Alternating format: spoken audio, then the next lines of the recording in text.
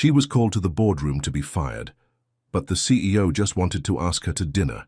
Before we explore all the details of this incredible story, tell us where you're following us from and the time.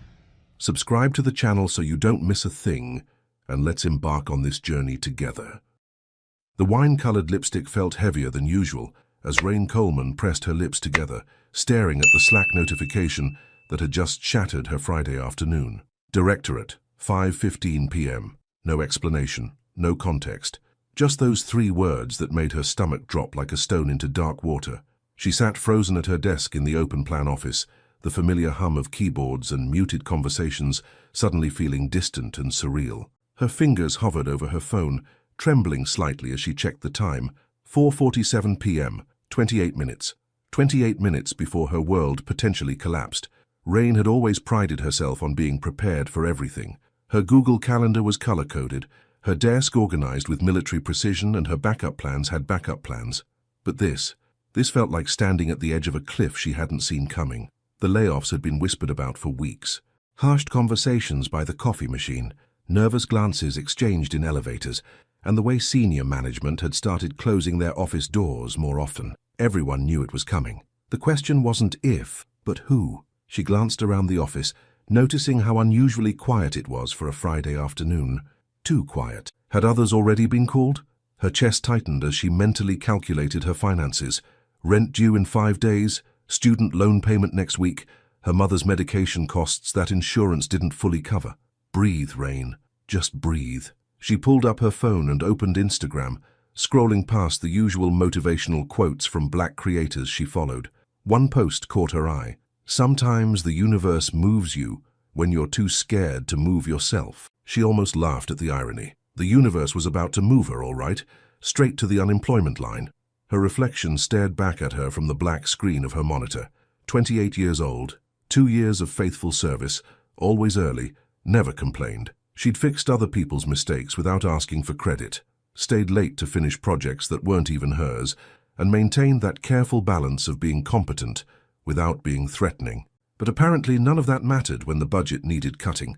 The elevator ding made her jump. She watched as 3 colleagues emerged, their faces pale and carrying small cardboard boxes. Her heart hammered against her ribs. Not good. Not good at all. Rain? She turned to see Marcus from IT standing by her cubicle, his expression sympathetic. You okay? You look like you've seen a ghost. Just tired, she managed, forcing what she hoped was a convincing smile. Long week. He nodded, but his eyes held that look, the same one she'd been getting from people lately. Pity mixed with relief that it wasn't them. Well, hang in there. Monday's almost here. If I still have a job on Monday. Her phone buzzed with a text from her best friend Kira. Wine night tonight? You sounded stressed earlier. Rain typed back, might need something stronger than wine, then deleted it. No point in worrying anyone until she knew for sure. The office slowly emptied as 5 p.m. approached. Rain remained glued to her chair, watching the clock tick with the precision of a metronome counting down to disaster. She'd changed her outfit 3 times that morning, settling on navy slacks, a crisp white button-down and her lucky earrings, as if looking professional could somehow shield her from corporate decisions made in boardrooms she'd never see. At 5:10, she stood on shaking legs and walked toward the executive floor. The elevator ride felt eternal, each floor ding like a countdown to Judgment Day. The hallway stretched before her like a runway, all polished floors and floor-to-ceiling windows that made her feel exposed and small. She paused outside the directorate door, her hand raised to knock. Through the frosted glass she could see a silhouette, tall, broad-shouldered, probably the HR director, ready to deliver the news with practiced efficiency and fake sympathy. Just get it over with. She knocked twice, her wine-colored lips forming a silent prayer. Come in. But when she opened the door, it wasn't HR sitting behind the massive oak desk. It was Noah Beckett himself, the CEO, the man whose emails she'd been forwarding and whose coffee preferences she'd memorized but had never spoken to directly. And he was smiling. Why was he smiling? She must have heard wrong. Rain stood frozen in the doorway, her brain struggling to process the words that had just left Noah Beckett's mouth, the same mouth that had smiled at her moments before, a smile that now seemed impossibly surreal. I'm sorry. What did you say? She whispered, her voice barely audible over the sound of her own heartbeat. Noah leaned back in his leather chair, those steel blue eyes studying her with an intensity that made her skin prickle. "I asked if you'd like to have dinner with me. Tomorrow night." The office suddenly felt too small, too warm. Rain's carefully organized world tilted sideways as she tried to make sense of this moment. She'd walked in here expecting pink slips and cardboard boxes. Instead, she was standing in front of the most powerful man in the building, who was asking her on a date. "I don't understand," she managed, her fingers unconsciously smoothing down her button-down shirt. The notification said, "Directorate meeting." I thought I was being laid off. Something shifted in Noah's expression, a flicker of something almost vulnerable. "You thought I called you here to fire you? Everyone's been getting called in, the layoffs." She gestured vaguely toward the door where colleagues had walked out with their belongings just hours before. "Rain." The way he said her name made her breath catch, not Ms. Coleman or "Hey you" like she was used to. Just her name spoken with a careful precision that suggested he'd thought about saying it before. "You're not getting laid off. In fact, you're one of the reasons this company runs as smoothly as it does." Heat crept up her neck. She'd never heard feedback like this before. Not from anyone, let alone from Noah Beckett. "I just do my job." "You do everyone's job," he said, standing up. The movement made her acutely aware of how tall he was, how his presence seemed to fill the room. "Do you know how many reports I get that have your corrections on them? How many mistakes you catch that never make it to my desk?" She didn't know what to say to that. Pride and confusion warred in her chest.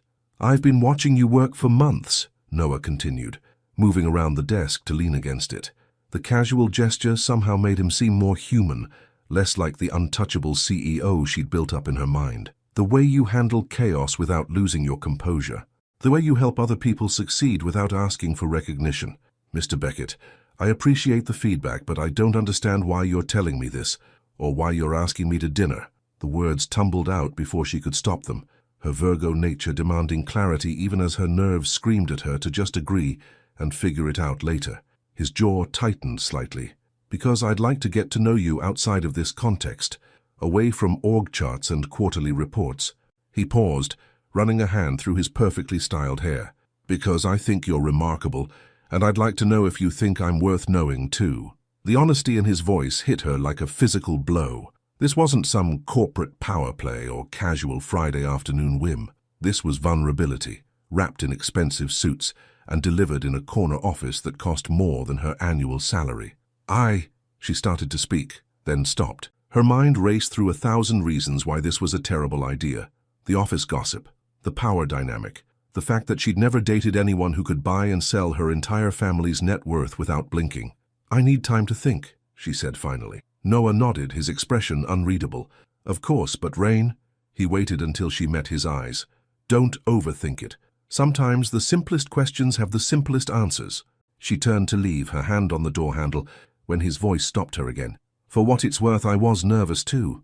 The admission hung in the air between them like a bridge. She wasn't sure she was ready to cross. She looked back at him, really looked, and saw something she'd never noticed before. Behind the steel blue eyes and the perfect composure was a man who'd just taken the same risk she was being asked to take.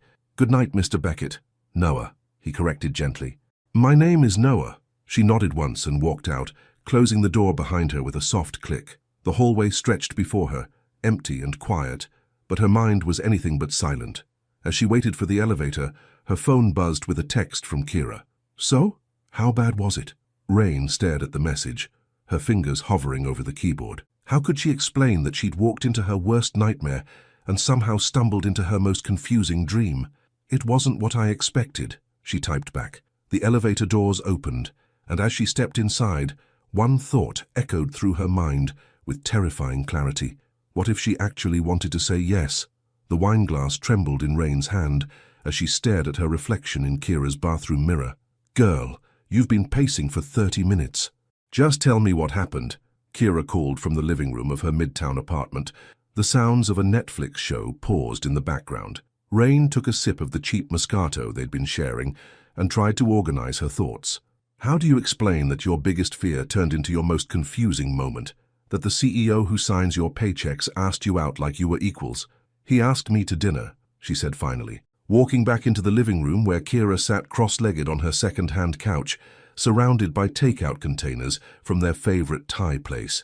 Kira nearly choked on her spring roll. "Who asked you to dinner?" "Marcus from IT. That guy's been staring at you for weeks. No.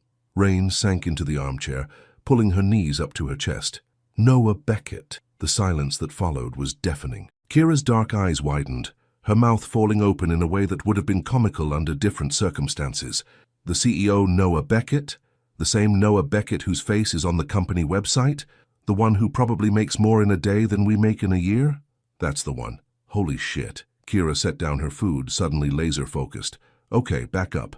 Start from the beginning. Everything. So Rain told her. About the Slack notification, the walk to the executive floor, the way Noah had smiled when she expected termination papers, about how he'd watched her work, noticed her corrections, called her remarkable, about the nervousness in his voice that matched her own. When she finished, Kira was quiet for a long moment, absently braiding and unbraiding a section of her natural hair, a habit from childhood that surfaced when she was processing something big. So what did you tell him? That I needed time to think. And what are you thinking? Rain buried her face in her hands. That this is insane. That people like me don't date people like him. That everyone at work will think I'm some kind of gold digger, or that I slept my way into keeping my job. People like you? Kira's voice carried a warning edge. What's that supposed to mean? You know what I mean, Kira. Look at me. Rain gestured at her casual weekend outfit, worn jeans and an old college sweatshirt. I buy my groceries with coupons. I drive a car that's older than some of our interns. I live paycheck to paycheck in a studio apartment with a leaky faucet I can't afford to fix. And he probably has houses I'll never see and cars that cost more than my student loans. We don't even exist in the same universe. Kira was quiet for a moment, then leaned forward. Remember when we were sophomores and you had that massive crush on Derek Williams? What does Derek have to do with anything? You never asked him to the winter formal because you convinced yourself he was out of your league. Too popular, too everything. You know what happened? Rain sighed. He asked Tracy Martinez. Wrong. He spent the whole dance asking people if they'd seen you because he'd been working up the courage to ask you for weeks. You missed your chance because you decided for him that you weren't good enough. The words hit harder than Rain expected. She'd forgotten about Derek, about the what-ifs that had haunted her for months afterward. This is different, she protested weakly. Is it? Or are you doing the same thing you always do, making decisions based on fear instead of what you actually want? Before Rain could answer, her phone buzzed. A text from an unknown number, but somehow she knew exactly who it was before she read it. I hope your evening is going well. I realize I never asked what kind of food you like. Noah. Her heart did something complicated in her chest. Kira peered over her shoulder and read the message, her eyebrows shooting up. He texted you. On a Saturday night. It's just a question about food. No, babe. It's not. Kira's voice was gentle but firm. It's him thinking about you. It's him being nervous enough to reach out with something small because he's probably overthinking this as much as you are. Rain stared at the message, her thumb hovering over the keyboard. The responsible part of her brain, the part that had kept her safe and stable for 28 years, screamed warnings. But there was another part, quieter but growing stronger, that whispered something different. What if? What should I say? She asked, hating how young and uncertain her voice sounded. Kira smiled. Whatever feels honest. Rain took a breath and typed, Good evening. I love trying new places, but I have to admit, I'm more comfortable with small, quiet spots than fancy restaurants. She hit send before she could second-guess herself.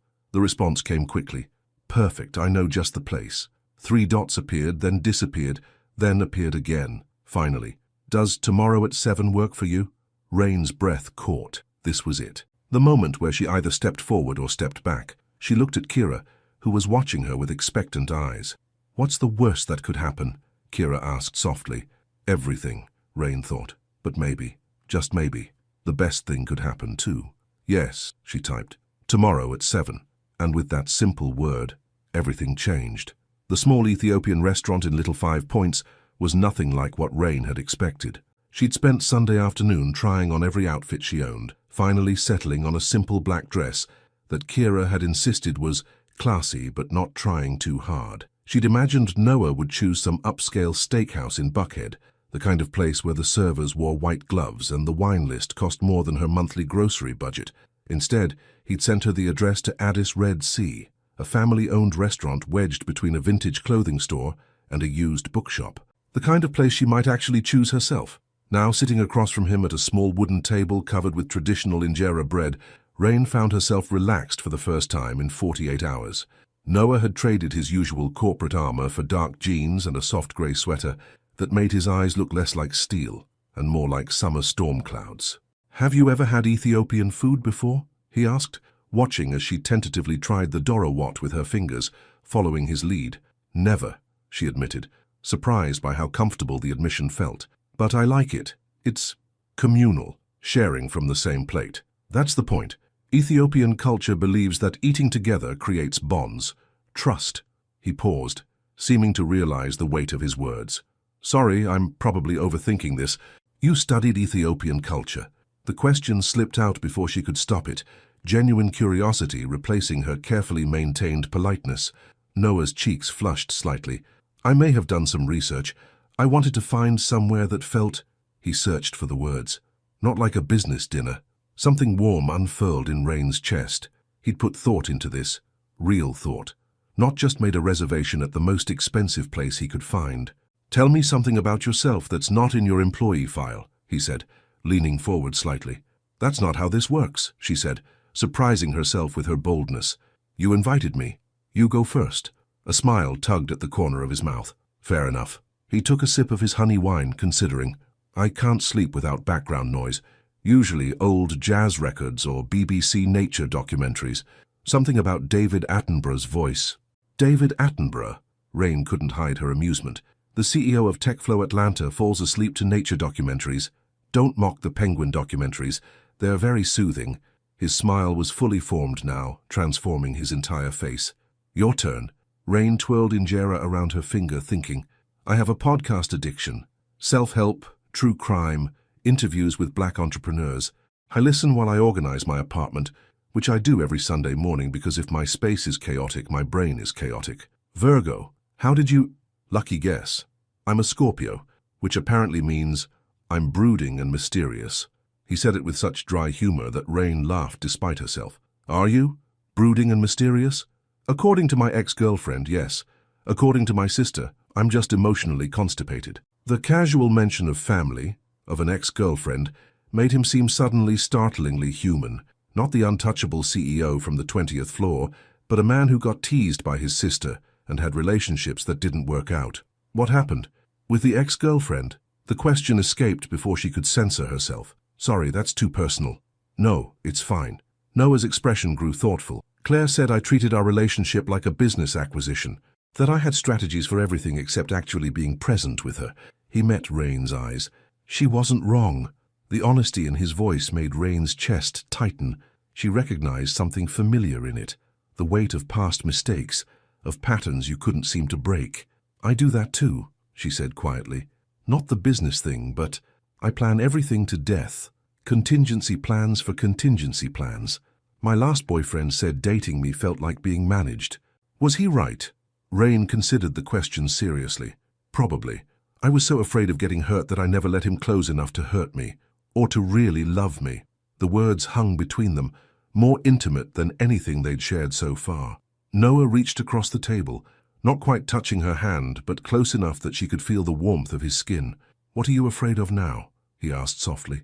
"Everything," she thought. "Being a footnote in your life. Being the girl people whisper about. Being too much or not enough. Getting lost," she said instead, which was also true. "Becoming someone I'm not, because I think it's what you want." Noah was quiet for a long moment, his fingers finally brushing against hers.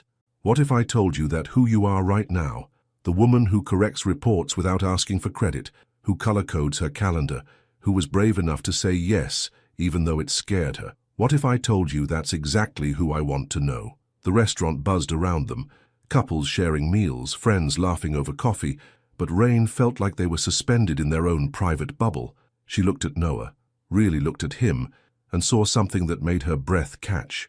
He was nervous too. Despite the expensive education and the corner office, and the confidence that came with being in charge of hundreds of people, he was sitting across from her with the same flutter of uncertainty in his eyes that she felt in her stomach. "What happens tomorrow?" she asked.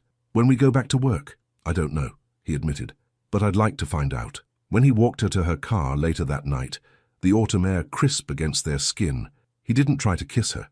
Instead, he stood close enough that she could smell his cologne, something subtle and warm, and said, "Thank you for taking the risk. Thank you for making it feel less like a risk. As she drove home, her phone buzzed with a text. Sweet dreams, Rain, and thank you for the best Sunday I've had in years.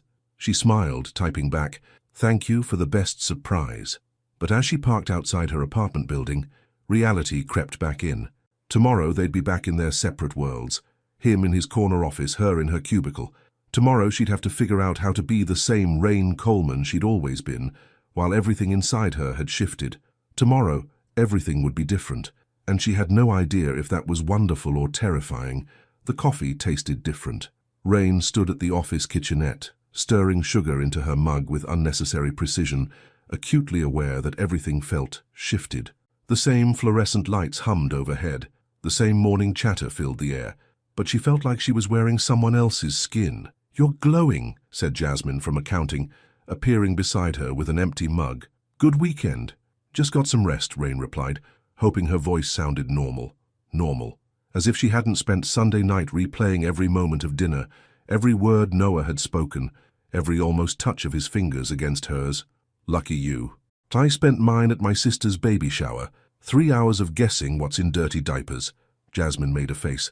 Sometimes being single has its perks. Rain nodded absently, her eyes drifting toward the elevator bank. It was 8:47 a.m. Noah usually arrived around 9:15, always taking the executive elevator that opened directly onto the 20th floor. Would he acknowledge her? Would he pretend nothing had happened? Would he earth to Rain? Jasmine was waving a hand in front of her face. You sure you're okay? You seem distracted. Sorry, just thinking about the quarterly reports. It wasn't entirely a lie. She was thinking about reports, specifically the ones that would cross Noah's desk this week, the ones that might give him a reason to email her, to initiate contact that wouldn't seem suspicious to anyone watching. Back at her cubicle, Rain threw herself into work with unusual intensity. Email responses, file organization, calendar management, anything to keep her mind from wandering to grey sweaters and storm cloud eyes. She was deep in a spreadsheet when her computer chimed with a new message. From N. Beckett, techflow.com to R. Coleman, techflow.com. Subject, Quarterly Projection Review. Rain, could you please review the attached Q4 projections for accuracy? I noticed some discrepancies in the Southeast region data that need your expertise. Thank you, Noah P.S. I hope you slept well. Her heart did something acrobatic in her chest. On the surface, it was a perfectly normal work email, but that postscript, those 5 innocent words, made her feel like she was carrying a secret that glowed visibly under her skin. She read the email 3 times before opening the attachment, searching for hidden meanings in every professionally neutral sentence. Then she caught herself and laughed quietly. This was ridiculous. She was a grown woman, not a teenager analyzing text messages for hidden declarations of love. But when she opened the spreadsheet, she found something that made her breath catch. Embedded in the data, so subtle that only someone who knew spreadsheets intimately would notice, were numbers that spelled out a message when read vertically. 7 p.m. Tuesday. Her hands trembled slightly as she typed her response. From R. Coleman, techflow.com to N. Beckett, techflow. Subject, Quarterly Projection Review. Mr. Beckett, I've reviewed the projections and found the discrepancies you mentioned. I'll have the corrected version to you by end of day. Best regards, Rain P.S. Very well, thank you. She embedded her own hidden message in the revised spreadsheet. Yes. The rest of Monday passed in a strange suspension of normalcy. Rain attended meetings, answered phones, filed reports, all while carrying the electric knowledge of their secret correspondence. She caught glimpses of Noah throughout the day, a flash of his profile through a conference room window, his voice carrying down the hallway as he spoke with department heads. Each sighting sent a small shock through her system. At lunch, she sat with Jasmine and 2 other colleagues in the break room, half listening to their conversation about weekend plans and office gossip. Did you hear about the new intern in marketing? Asked David from HR, lowering his voice conspiratorially. Apparently, she's the daughter of one of the board members. Nepotism at its finest. That's nothing, Jasmine said, unwrapping her sandwich. I heard Beckett's been staying late a lot recently. Maybe the pressure's getting to him, or maybe he's finally dating someone. Rain's fork paused halfway to her mouth. Noah Beckett dating? David laughed. That robot? The man probably schedules bathroom breaks. "He's not that bad," said Michelle from customer service. "I had to deliver something to his office last month, and he was actually really polite, asked about my kids and everything. Still," Jasmine continued, "can you imagine what kind of woman would appeal to him? Probably some Harvard MBA with her own trust fund." The words hit Rain like physical blows. She forced herself to keep eating, to nod at appropriate moments, to appear engaged in the conversation that was casually dissecting her. What? Her situation? Her non-relationship? The impossibility of someone like her being with someone like him? "You're quiet today," Michelle observed, turning to Rain. "What do you think? Can you picture our CEO in love?" Yes, Rain thought, remembering the way Noah had looked at her across the injera bread, the vulnerability in his voice when he talked about his ex-girlfriend. "I can picture exactly what he looks like when he's trying not to be afraid." "I don't really think about my boss's personal life," she said instead, proud of how steady her voice sounded. "Smart policy," David agreed. "Keep work and personal separate. That's the key to surviving corporate life." When Rain returned to her desk, there was a small coffee cup waiting for her. The good coffee from the executive floor, not the bitter swill from the communal machine. A yellow sticky note was attached. "Thought you might need the afternoon pick-me-up. A grateful colleague." She looked around, but there was no sign of who had delivered it. The handwriting was unfamiliar. Probably Noah had asked his assistant to write the note to maintain plausibility. But the coffee was exactly how she liked it. No cream, 1 sugar. He'd been paying attention. As the day wound down and the office slowly emptied, Rain found herself working later than usual, not ready to break the spell of proximity. Around 6:30, her phone buzzed with a text from the now familiar number. "Long day, mine too, see you tomorrow." She typed back, "Tuesday at 7 sounds perfect. I'm counting on it." Walking to her car in the parking garage, Rain felt the weight of what she was stepping into. The lunch conversation replayed in her mind, the casual assumptions about Noah's type, the certainty that someone like her wouldn't fit into his world. Maybe they were right. Maybe this was temporary insanity, a brief detour from reality that would end when Noah came to his senses. But as she drove home through Atlanta traffic, one thought persisted above all the doubt and fear. For the first time in her adult life, she was willing to find out what happened next, even if it meant risking everything she thought she knew about herself, even if it meant discovering that some risks were worth taking, no matter how they ended. The used bookstore smelled like old paper and possibility. Rain ran her fingers along the spine of a worn copy of "Their Eyes Were Watching God," waiting in the poetry section as Noah had instructed. Tuesday at 7 p.m. had arrived with the weight of anticipation she'd been carrying since Monday's hidden spreadsheet message. "I was hoping you'd pick that one." She turned to find Noah approaching from the philosophy aisle, looking impossibly out of place among the dusty shelves in his tailored dark coat. But his eyes held the same nervous energy she felt thrumming under her skin. "Zora Neale Hurston," she said, holding up the book. "Required reading in college, but I never owned my own copy. Consider it yours." He reached for his wallet, but she shook her head. "I can buy my own books, Noah." The use of his first name felt deliberate, a small declaration of independence. He smiled, understanding the message. "Of course you can, but let me anyway. I promise it's not about the money." Something in his tone made her relent. They made their way to the counter, where an elderly man with paint-stained fingers rang up their purchase. Noah also bought a collection of Langston Hughes poetry and handed them the books in a brown paper bag. Outside, the October evening was crisp, downtown Atlanta buzzing with after-work energy. Noah gestured toward a small bar tucked between a vintage shop and a sandwich place. "Is this place okay? It's quiet, and they have those corner booths where we can actually hear each other." The bar was dimly lit, filled with the kind of people who valued conversation over being seen. They found a booth in the back, surrounded by exposed brick walls covered in local artwork. Noah ordered bourbon neat. Rain chose red wine that came in an actual wine glass, not the plastic cup she was used to at college bars. "So," Noah said, settling back in the worn leather seat, "how was the rest of your Monday, after our correspondence?" "Surreal." She took a sip of wine, grateful for the warmth. "I felt like I was carrying around a secret that was visible to everyone." "But you didn't tell anyone." "No, did you?" He shook his head. "I haven't told anyone about this, us. Whatever this is." He paused, "though my assistant did ask why I've been in such a good mood lately." "What did you tell her?" "That the quarterly numbers came in better than expected." His smile was self-deprecating. "Which isn't technically a lie. You do handle the quarterly reports." Rain laughed despite herself. Very smooth, Mr. CEO. I'm trying. This is new territory for me. Dating someone from work? Dating someone who matters. The words hung between them, heavy with implication. Rain felt her cheeks warm. I've been thinking, she said carefully, about what happens if people find out, about the assumptions they'll make. Noah's expression grew serious. What kind of assumptions? That I'm sleeping my way to job security, that you're having some kind of midlife crisis with the help. She met his eyes. That I'm a gold digger who got lucky. Do you care what they think? It was such a simple question, but it cut straight to the heart of everything she'd been wrestling with.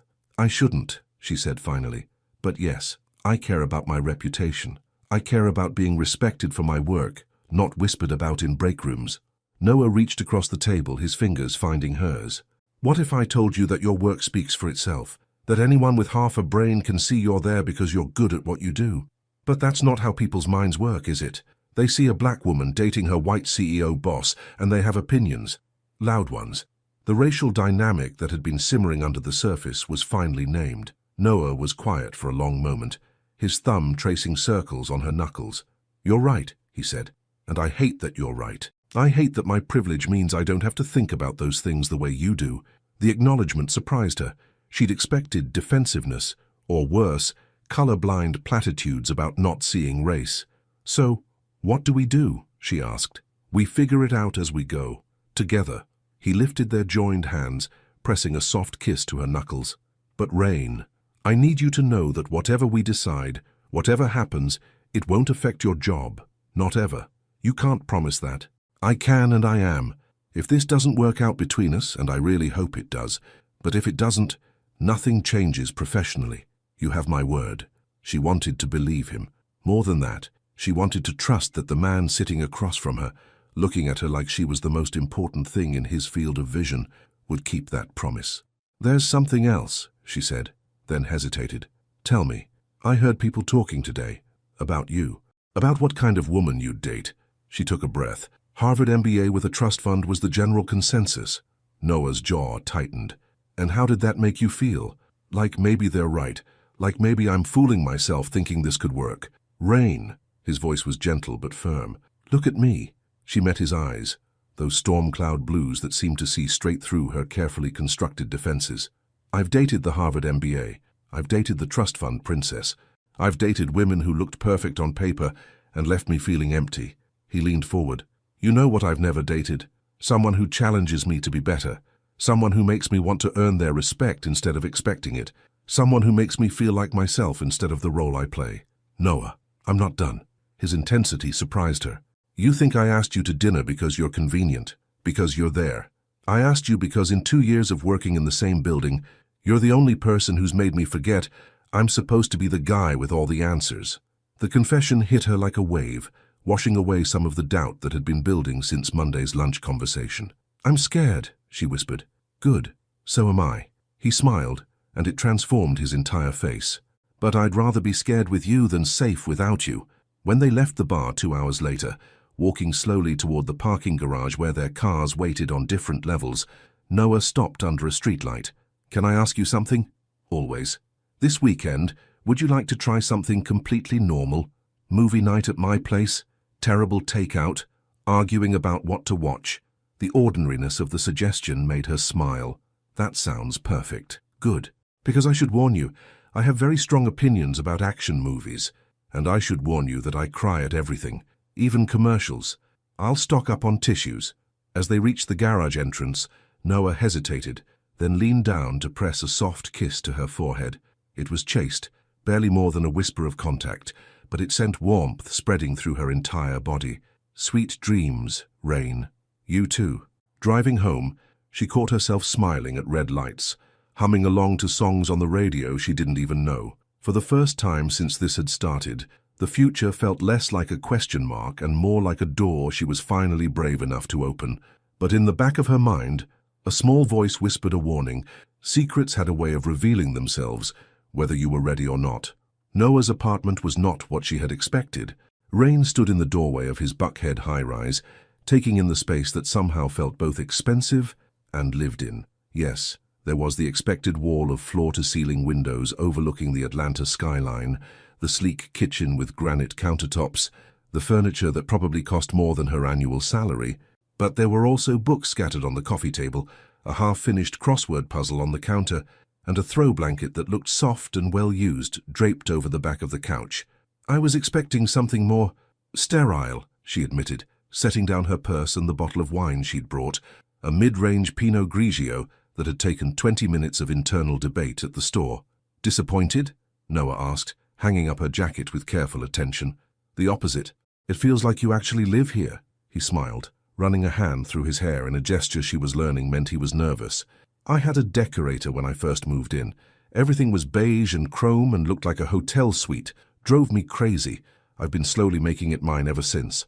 The making it mine included framed photographs on the bookshelf. Noah with an older couple who had his eyes. Noah and a woman who looked like him, but with longer hair and a mischievous smile. Noah in a cap and gown, next to a man who was clearly his father. Your family? She asked, drawn to the photos. My parents and my sister, Lily. That one's from my MBA graduation. He joined her by the bookshelf. What about you? Any siblings? Only child. My mum raised me mostly on her own. My dad? She paused, not sure how much to share. He wasn't really in the picture after I turned 10. I'm sorry.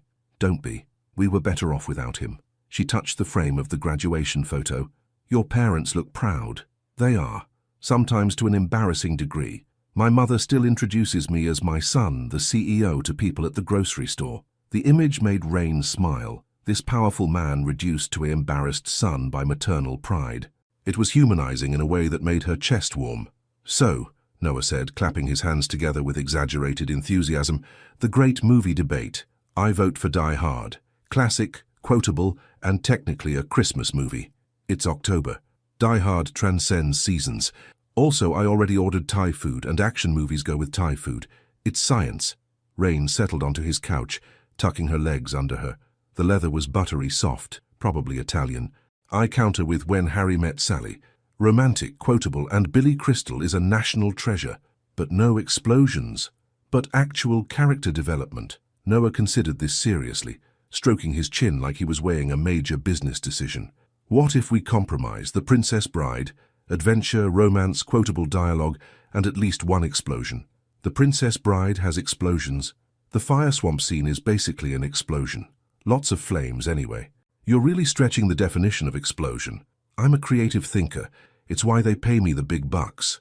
She threw a pillow at him, and he caught it with reflexes that suggested he had siblings who'd trained him well in pillow warfare. The Princess Bride it is, she conceded. But I'm picking the next movie.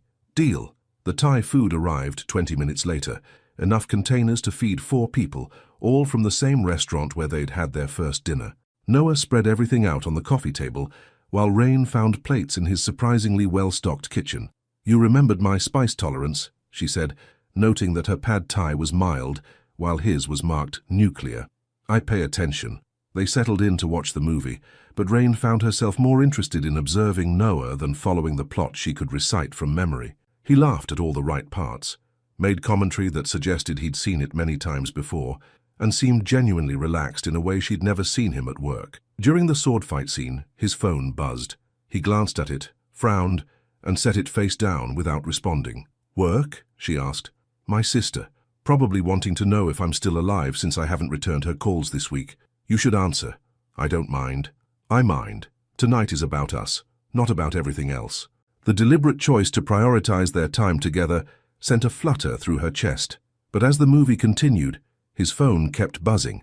Each time, Noah's jaw got a little tighter. Finally, during the fire swamp scene, the one with the alleged explosions, Rain paused the movie. Noah, answer your sister. She's obviously worried. He sighed, picking up the phone. Hey, Lily. No, I'm not dead. I'm having dinner with someone. A woman, yes. No, you can't meet her yet. Because it's complicated. Lily. He looked at Rain apologetically. Can I call you tomorrow? I promise I'll explain everything. When he hung up, Rain was studying him with curious eyes. She wants to meet me. She wants to meet anyone I'm willing to admit I'm having dinner with. According to Lily, I haven't dated anyone seriously in over 2 years. Have you? Noah was quiet for a moment, considering the question. No, I haven't. What changed? You. The answer was simple, direct, and hit her like a gentle collision. You changed everything. Before she could respond, He leaned over and kissed her, not the careful, testing kiss she might have expected, but something deeper, more certain. His hand cupped her face, thumb tracing her cheekbone, and for a moment the rest of the world disappeared. When they broke apart, both breathing a little harder, Rain felt like something fundamental had shifted between them. "I should probably tell you," Noah said, his forehead resting against hers, "that I'm falling for you, fast and completely, and in a way that should probably scare me more than it does." Should probably? Definitely should. But somehow, with you, being scared feels less important than being honest. Rain thought about all the reasons this was complicated. Work, social expectations, the careful balance she'd built in her life. Then she thought about how right this felt, sitting in his apartment, sharing terrible takeout and debating movie choices like they'd been doing it for years. "I'm falling too," she whispered. "Good." His smile was soft, relieved. "I was hoping I wasn't alone in this." They finished the movie curled together, Rain's head on Noah's shoulder, his fingers playing absently with her hair. During the final scene, she felt tears prick her eyes at Wesley and Buttercup's reunion. "You weren't kidding about crying at everything," Noah observed gently. "True love makes me emotional, sue me." "Never. It's one of my favorite things about you." As the credits rolled, neither of them moved to get up. The Atlanta skyline glittered outside the windows, and Rain felt suspended in a moment that felt too perfect to be real. "I should probably go," she said, though she made no move to leave. "Probably," Noah agreed, though his arms tightened slightly around her. "Early morning tomorrow? And we'll be back to being professional colleagues. The worst part of my week." Finally, reluctantly, she sat up. Noah walked her to the door, helped her into her jacket, and kissed her goodnight with a tenderness that made her knees weak. "Sweet dreams, Rain. You too." But as she drove home through the quiet Atlanta streets, Rain couldn't shake the feeling that their perfect bubble was about to burst. Secrets this good, this consuming, had a way of demanding to be shared, and she wasn't sure either of them was ready for what would happen when the world found out. The first sign of trouble was Jasmine's silence. Rain noticed it immediately Monday morning, the way her colleague avoided eye contact, how conversation died when she approached the coffee station, the deliberate distance in interactions that had been easy and natural just days before. But it wasn't until she overheard the whispered conversation by the printer that her blood turned to ice. Saw them together at that bar on Peachtree, her and Beckett, holding hands like, "No way. Rain Coleman? Are you sure?" "Positive. My cousin works at the place next door. Said they were all cozy in a corner booth." Rain's hands shook as she pretended to organize papers at her desk, every word hitting like a physical blow. Someone had seen them. Someone had talked. The secret she'd been so carefully guarding was spreading through the office like wildfire. Her phone buzzed with a text from Noah. "Good morning. Coffee later?" She stared at the message, unable to respond. How could she tell him that their carefully constructed privacy had just shattered? By lunch, the whispers had evolved into bold speculation. Rain sat alone in the break room, her sandwich untouched, listening to conversations that felt like knives. "I mean, good for her, I guess. Dating the boss is one way to secure your position. Come on, that's not fair. Maybe it's real. Please, you think Noah Beckett is genuinely interested in an admin assistant? It's either a midlife crisis or she's got something on him. Did you see her at the office party last year? Girl cleans up nice, maybe that's all it took." David, from HR, slid into the seat across from her, his expression sympathetic but curious. "Rough morning?" "Just tired," she managed. "Look, Rain, I like you. You're good people, but if there's something going on that could affect the workplace dynamic," he let the sentence hang, its implications clear. "There's nothing to affect anything," she said, proud of how steady her voice sounded, even as her world crumbled around her. But David's skeptical expression told her he didn't believe her. Worse, it told her that HR was already involved, already asking questions. The afternoon crawled by in a haze of sideways glances and hushed conversations. Rain threw herself into spreadsheets and email responses, anything to avoid the weight of dozens of eyes tracking her every movement. When her computer chimed with a message from Noah, she nearly jumped out of her skin. From nbeckettertechflow.com to rcoleman.techflow.com. Subject: Urgent. Please see me. Rain, please come to my office at your earliest convenience. Noah. No hidden messages this time. No playful postscripts. Just formal corporate efficiency that made her stomach drop. The walk to the 20th floor felt like a death march. Noah's assistant, Mrs. Patterson, gave her a look that seemed to know everything and judge all of it. "Go right in, dear," she said, her voice carefully neutral. Noah was standing by his window when she entered, his back to the door. Even from behind she could see the tension in his shoulders, the rigid set of his spine. "Close the door," he said without turning around. She did, then stood awkwardly in the center of his office, waiting. "They know," he said finally, turning to face her. His expression was carefully controlled, but she could see the storm behind his eyes. "HR got 3 separate reports today about our inappropriate workplace relationship. I heard the whispers this morning. Apparently someone saw us at the bar last week, took photos." He gestured to his computer screen. "They're posted on one of those anonymous office gossip sites. Nothing identifying, but clear enough." Rain's legs suddenly felt unsteady. "Photos? You holding my hand, me kissing your forehead in the parking garage." His voice was flat, professional. "The caption suggests you're sleeping with me for job security." The words hit her like a slap. Everything she'd feared, everything she'd tried to prevent was happening exactly as she'd imagined it would. The humiliation burned in her chest like acid. "What do we do?" she whispered. Noah was quiet for a long moment, his hands clasped behind his back in a posture she recognized from board meetings. "I've been thinking about that all morning, consulting with legal, with HR. And the cleanest solution is to transfer you to another department, eliminate the direct reporting relationship, make it clear that there's no conflict of interest. Transfer me," her voice was hollow, "to marketing, same salary, same benefits. Actually, it might be a step up, more creative work, better advancement opportunities." He was trying to make it sound positive, but all Rain heard was exile, banishment from the job she'd worked so hard to excel at, the department where she'd built relationships and earned respect. "And us?" she asked. Noah's carefully controlled mask slipped for just a moment, revealing the pain underneath. "I don't know. This has gotten complicated very quickly." "Complicated?" She repeated the word like it was foreign. "Is that what I am to you now, a complication?" "That's not what I meant." "No, I think it's exactly what you meant." Anger was rising in her chest, hot and fierce and welcome, because it was better than the crushing humiliation. "The moment this became inconvenient, became a threat to your reputation, I became the problem to be solved. Rain, that's not fair. I'm trying to protect both of us. You're trying to protect yourself. There's a difference." The words hung between them like a chasm. Noah stepped toward her, his hand outstretched, but she backed away. "Don't," she said.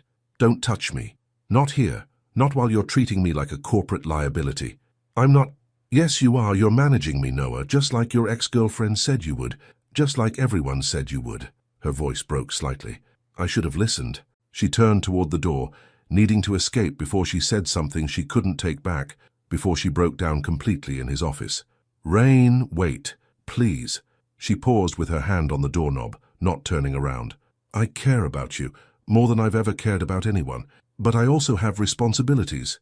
To 300 employees. I know. You don't have to explain corporate hierarchy to me, Mr. Beckett." The return to his formal title was deliberate. A wall slammed down between them.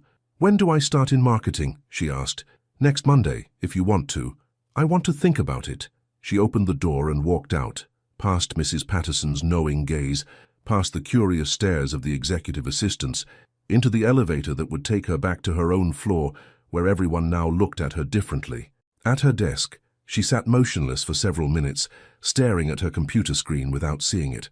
Around her, the office hummed with its usual energy, but she felt completely separate from it, like she was watching it all through glass.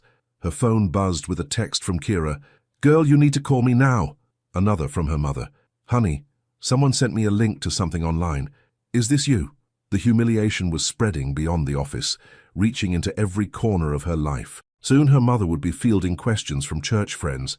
Kira would be dealing with speculation from mutual acquaintances, and Rain would be the girl who thought she could date above her station and got exactly what she deserved. As she packed up her things at the end of the day, Jasmine finally approached her desk. "For what it's worth," she said quietly, "I think you're brave. Stupid maybe, but brave." "Thanks," Rain said, though she felt anything but brave.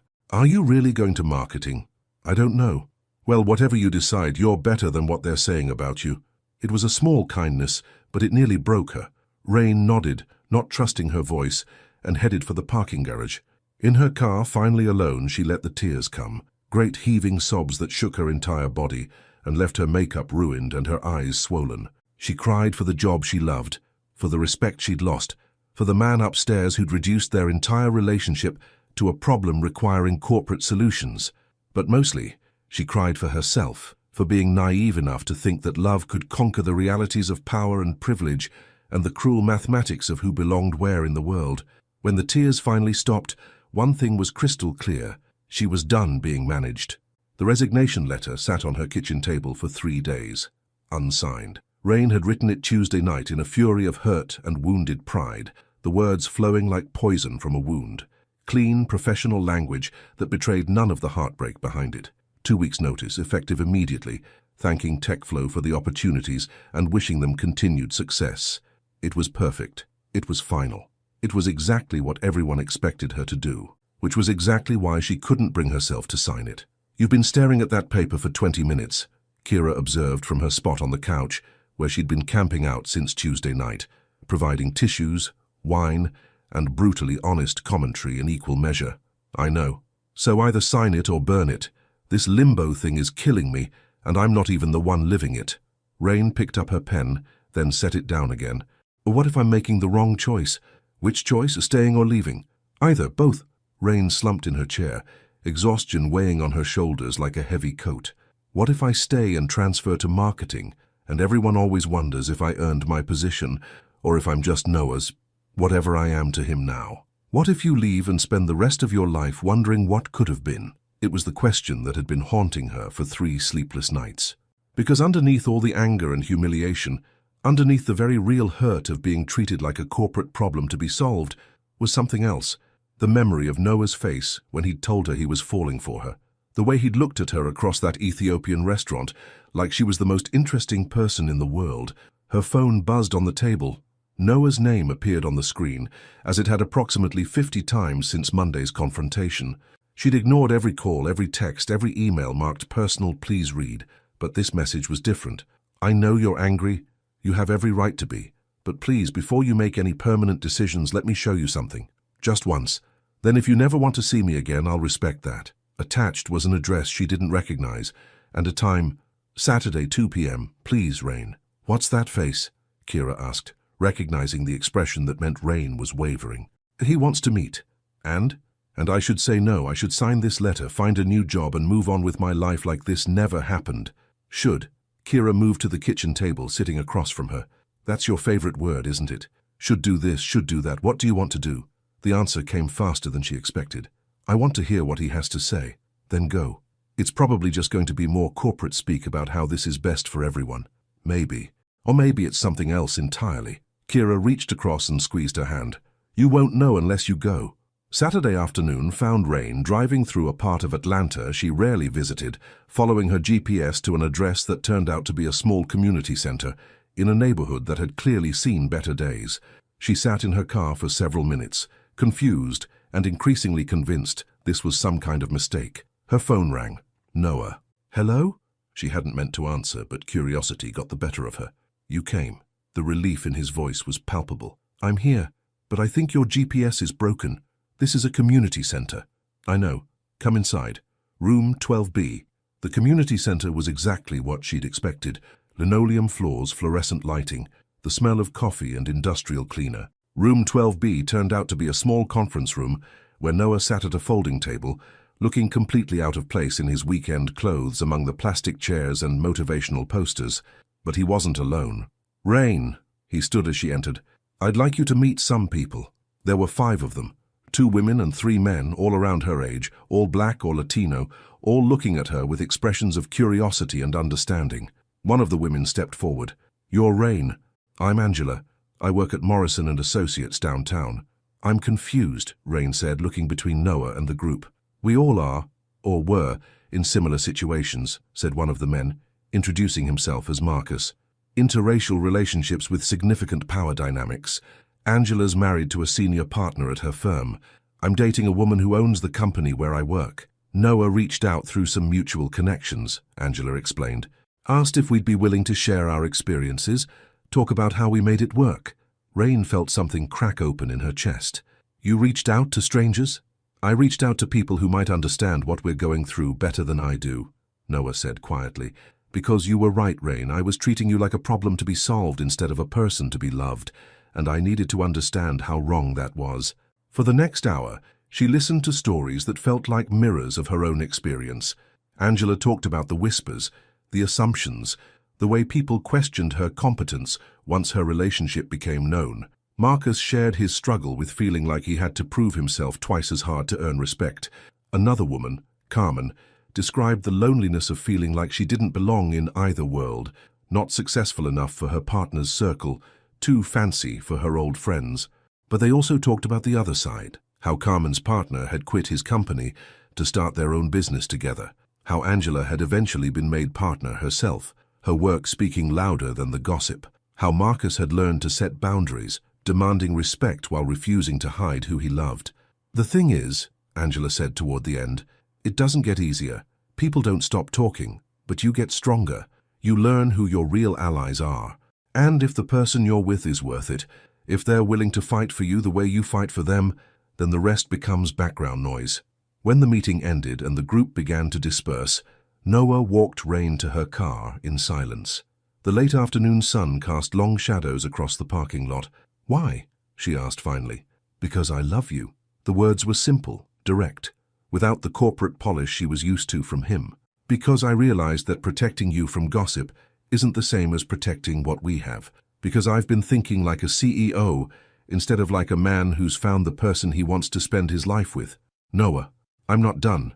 He stepped closer, his eyes intense.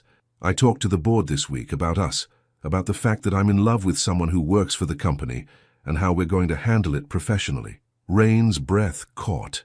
You told the board? I told them that you're the most competent person in that building, that any company would be lucky to have you, and that if they have a problem with me dating you, they can find a new CEO. The words hit her like a physical force. You didn't. I did, because hiding what we have, treating it like something shameful, was the real mistake, not falling for you in the first place. Tears she hadn't expected began to blur her vision. What did they say? They said as long as there's no direct reporting relationship and no conflicts of interest, my personal life is my own business. His smile was soft, hopeful. They also said they'd hate to lose either of us over something as human as falling in love. Rain leaned against her car, overwhelmed. The transfer to marketing, still an option if you want it, but not required. We can make the current situation work if that's what you prefer. HR has already drafted new protocols. And the gossip? The photos? The people who think I'm just another gold digger? Noah stepped closer, close enough that she could see the sincerity in his storm cloud eyes. Let them think what they want. I know who you are. You know who you are. And anyone whose opinion actually matters will figure it out eventually. It won't be easy. No, it won't. But Rain, he reached up to touch her face, thumb brushing away a tear she hadn't realized had fallen. I'd rather do difficult with you than easy with anyone else. The parking lot stretched around them, quiet except for the distant hum of traffic. Rain thought about the resignation letter still sitting on her kitchen table, about all the reasons this was complicated and risky and potentially devastating. Then she thought about the way Noah had looked in that community center, surrounded by strangers he'd sought out just to understand her experience better, about the courage it had taken to tell his board about them, about the word he'd used, love. I haven't signed the resignation letter yet, she said finally. Good, don't. I might take the marketing position anyway. New challenges, room to grow, whatever you want. And we do this the right way. Transparent, professional, no more secret spreadsheet messages. Agreed. And Noah, she looked up at him, this man who'd turned her carefully ordered world upside down in the best possible way. I love you too. When he kissed her this time, it wasn't hidden in a corner booth or a parking garage. It was right there in broad daylight, with nothing to hide and everything to hope for. It was the beginning of something real. 3 months later, Rain Coleman walked into the TechFlow holiday party with her head held high and Noah Beckett's hand in hers. The Marriott ballroom buzzed with conversation, the sound of 300 employees celebrating the end of a successful year. Crystal chandeliers cast warm light over round tables, decorated with winter greenery, and a jazz quartet played softly in the corner. Noah's suggestion, she knew, remembering his love for the genre. But tonight wasn't about the music or the decorations or even the celebration itself. Tonight was about the moment they'd both been building toward since that community center parking lot 3 months ago, the first time they would appear together, publicly, as a couple. "Are you ready for this?" Noah asked quietly, his thumb tracing reassuring circles on her knuckles. Rain looked around the room, taking in the faces that had become familiar over her 2.5 years at TechFlow. Some looked curious, others surprised, a few openly judgmental. But there were also smiles, genuine ones from colleagues who'd gotten to know her work in marketing, from Jasmine, who'd become a real friend, from David in HR, who'd helped navigate the transition with unprecedented grace. "Ready," she said, and meant it. They made their way through the room slowly, Noah stopping to chat with department heads while Rain greeted her new marketing teammates. The conversations were natural, comfortable, but she could feel the undercurrent of awareness, the way news of their relationship had spread through the company like ripples in a pond. At the bar, they ran into Jasmine and her husband, a soft-spoken man who taught high school history. "Rain," Jasmine's smile was warm, genuine. "You look incredible. That dress is stunning." It was, a deep emerald green that complemented her skin tone perfectly, chosen after 3 shopping trips with Kira, who'd insisted she needed a dress that says "I belong anywhere I choose to be." "Thank you.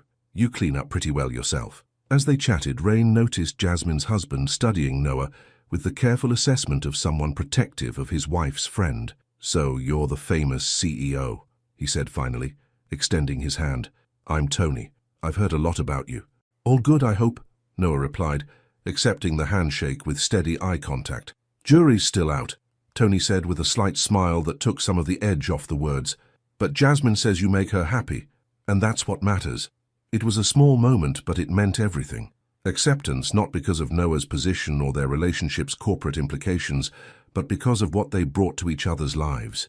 Dinner was announced, and they found their assigned table, a mix of marketing staff, IT specialists, and senior management. As the evening progressed, Rain found herself relaxing into conversations that had nothing to do with their relationship and everything to do with work projects, industry trends, and shared experiences. "I have to say," said Miranda from the creative team, leaning across the table, "the campaign you developed for the Southeast expansion was brilliant. The demographic targeting alone increased our response rate by 40%. The compliment sent warmth through Rain's chest. In the 3 months since transferring to marketing, she'd thrown herself into the work with renewed energy, finally finding a role that utilized both her analytical skills and her creativity. The whispers about how she'd gotten the position had faded as her results spoke for themselves. "It was a team effort," she replied, but Noah caught her eye and smiled proudly. After dinner, as awards were presented and speeches given, Noah was called to the stage to address the company. Rain watched him command the room with the same natural authority she'd always admired, talking about the year's achievements, thanking departments by name, painting a vision for the future that made people lean forward in their seats. But when he reached the personal acknowledgements, her breath caught. "Before I close," Noah said, his eyes finding hers across the crowded room, "I want to talk about something that's been on my mind a lot this year, the courage it takes to be authentic in spaces that don't always welcome authenticity." The room grew quieter, more attentive. "Over the past few months, I've watched someone navigate challenges with grace, dignity, and strength that continually amazes me. Someone who refused to compromise her values or her identity, even when it would have been easier to do so." Rain felt tears prick her eyes, understanding where this was going. "Excellence speaks for itself," Noah continued, "and so does character. And while I could talk about quarterly numbers and market expansion, what I'm most proud of this year is that our company culture has grown to embrace both professional success and personal authenticity." He paused, his gaze still locked on hers. "Sometimes the most important changes happen not in boardrooms or strategic planning sessions, but in moments when individuals choose to be brave enough to live their truth. Thank you to everyone who's chosen courage this year. You've made us all better." The applause that followed felt different from the polite corporate clapping that had greeted earlier speakers. It felt personal, meaningful, like recognition of something deeper than business achievements. As Noah returned to their table, Rain felt a hand on her shoulder. She turned to find Mrs. Patterson, Noah's assistant, standing behind her chair. "That was about you, wasn't it?" the older woman said quietly. Yes, I think so." Mrs. Patterson smiled, her usually formal expression softening. "Good. He's been different since you came into his life. Happier, more human." She squeezed Rain's shoulder gently. "And you've been glowing since you moved to marketing. Sometimes change is exactly what we need, even when it's scary." The evening wound down with dancing. The jazz quartet joined by a DJ who coaxed couples onto the floor. Noah extended his hand to Rain with a questioning look. "One dance? I should probably warn you that I'm not very good at this." "Neither am I. We'll figure it out together." On the dance floor, surrounded by their colleagues and the soft glow of party lights, they swayed to a slow song that seemed to exist just for them. Rain could feel eyes on them, some curious, some approving, some still reserving judgment, but for the first time, the weight of those gazes felt manageable. "No regrets?" Noah asked softly, his hand warm against the small of her back. "About what?" "The transfer, the gossip, the 3 months of figuring out how to date your technically not boss while half the company watched." "Any of it. All of it." Rain considered the question seriously, thinking about everything that had led to this moment. The fear, the uncertainty, the nights spent questioning every decision, but also the growth, the self-discovery, the love that had become the strongest thing in her life. "No regrets," she said finally. "You? Only that it took me so long to be brave enough to ask you to dinner." As the song ended and they remained in each other's arms, Rain looked around the ballroom one more time. Tomorrow they would return to their respective floors, their professional roles, the careful balance they'd learned to maintain between personal and corporate life. There would still be challenges, still be people who questioned their relationship, still be moments when the complexity of their situation felt overwhelming. But tonight, they were simply Noah and Rain, two people who'd found each other against all odds and chosen to build something real despite the obstacles. Tonight, love had won. "Ready to go home?" Noah asked, his voice soft against her ear. "With you? Always." And as they walked out of the Marriott together, hand in hand, Rain realized that home wasn't a place anymore. It was the man beside her, and the future they were brave enough to build together. Would you have the courage to love someone like this? Your participation in the channel is very important. Please leave your opinion in the comments. 2 years later, the morning sun streamed through the windows of their shared apartment in Virginia Highland, casting golden light across the kitchen table where Rain sat with her laptop and a cup of coffee that had gone cold an hour ago. She was deep in quarterly projections for her latest campaign when Noah emerged from the bedroom, hair still damp from his shower, straightening his tie with the careful precision she'd come to love. 2 years of living together, and she still felt that small flutter in her chest when she saw him in the morning, rumpled and human and hers. "You're working already," he observed, dropping a kiss on the top of her head as he passed. "The Morrison account presentation is this afternoon.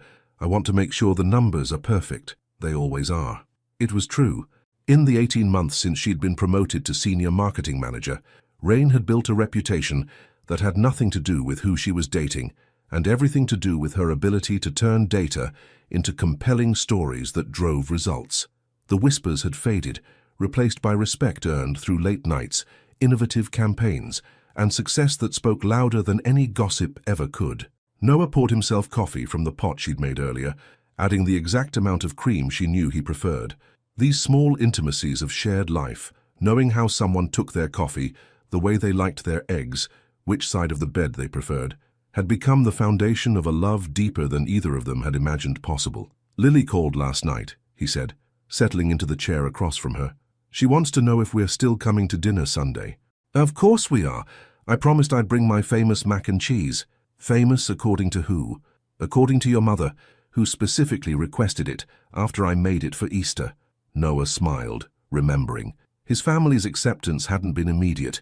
There had been awkward dinners, carefully polite conversations, the subtle ways privilege tried to assert itself, but Rain's warmth, intelligence, and refusal to be diminished had won them over. Now his mother called her directly to plan family gatherings, and Lily had become one of her closest friends. "Speaking of my family," Noah said, his tone carefully casual, "I should probably mention that I talked to my father yesterday." "About?" "About asking for my grandmother's ring." Rain's fingers stilled on her laptop keyboard.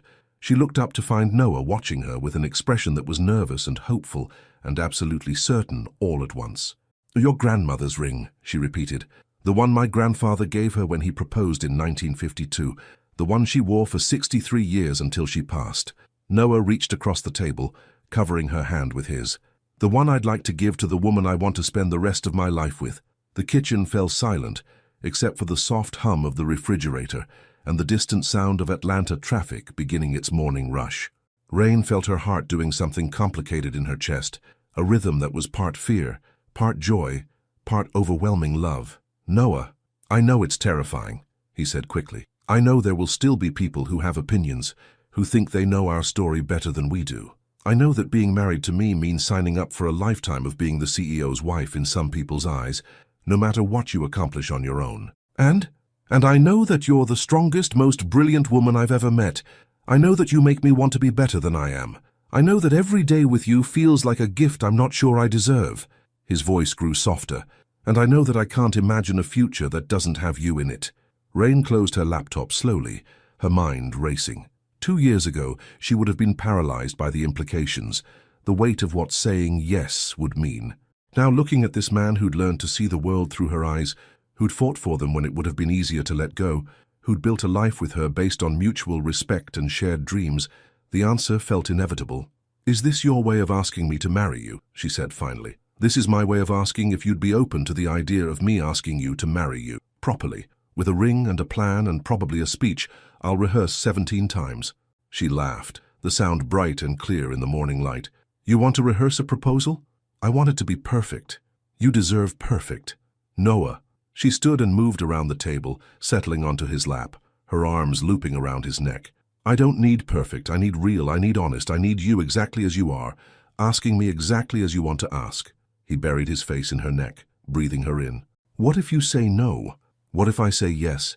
Then I spend the rest of my life trying to deserve you.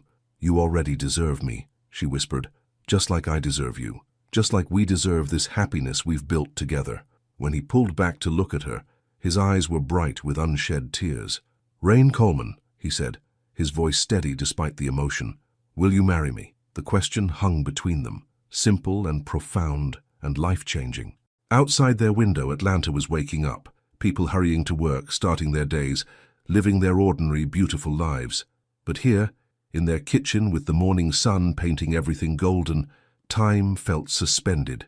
"Yes," she said, and the word felt like coming home. "Yes, I'll marry you." When he kissed her, it tasted like coffee and possibility, and the future they'd been brave enough to choose. That tasted like love that had survived gossip and doubt, and the complicated mathematics of who was supposed to belong with whom. Later, she would call Kira, who would scream with joy and immediately start planning an engagement party. She would call her mother, who would cry happy tears and ask about wedding dates. She would field congratulations from colleagues, family, friends who'd watched their love story unfold with varying degrees of skepticism and support. But for now, in the quiet of their shared morning, she simply held the man she loved and marveled at how far they'd traveled from that first terrifying Friday afternoon when everything had changed. Some stories, she realized, don't end with the credits rolling or the book closing.